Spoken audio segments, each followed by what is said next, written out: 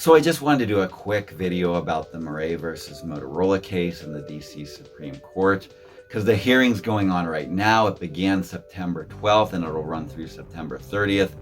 The defendants, if you haven't heard about this case already, are virtually the entire telecommunications industry. That's Verizon, AT&T, T-Mobile, Motorola, Samsung, the FCC, dozens of other organizations.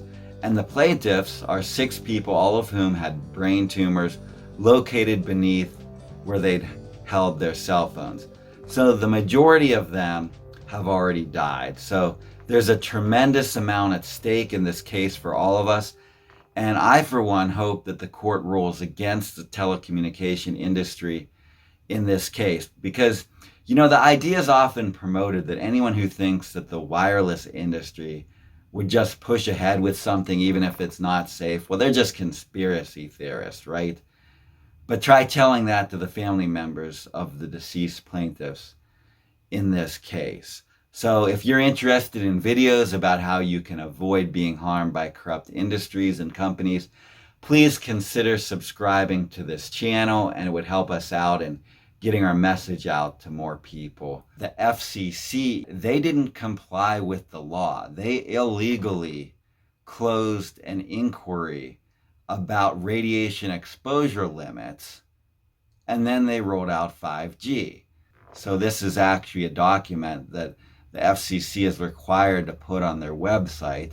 T-Mobile has this advertisement where he talks about what he calls bureaucratic BS. And when he's referring to bureaucratic BS, what he means is the legal requirements that people actually have to go through in order to move forward with the development of 5G technologies. The carriers' developer programs were created for companies just like them, massive enterprises with the resources and time to navigate a complicated maze of carrier processes and bureaucratic BS. It's hard to believe that T-Mobile has the nerve to say this in the context of 5G. The reason that big wireless and the FCC have been able to cut through the bureaucratic BS to get where they are today with 5G is because they're big enough to deal with the consequences of ignoring the law. If they get caught, they chalk it up to the cost of doing business. To put it another way, they feel that they're big enough to ignore the law and get away with it. When companies get stopped in the tracks when pursuing this technology, is that necessarily a bad thing? Shouldn't there be evidence that the benefits outweigh the risk before they move forward with this technology?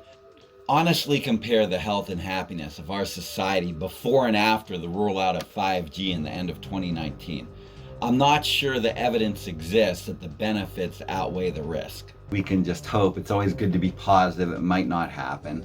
But I guess we can be hopeful and positive and hope that the cell phone companies get what's coming to them, and also that the FCC gets what's coming to them. So I hope you enjoyed this video, and we will see you in the next one. I've got some videos here on the screen that you might enjoy checking out. And thank you so much for watching this video all the way to the end. Leave a comment. We would really appreciate any of those things.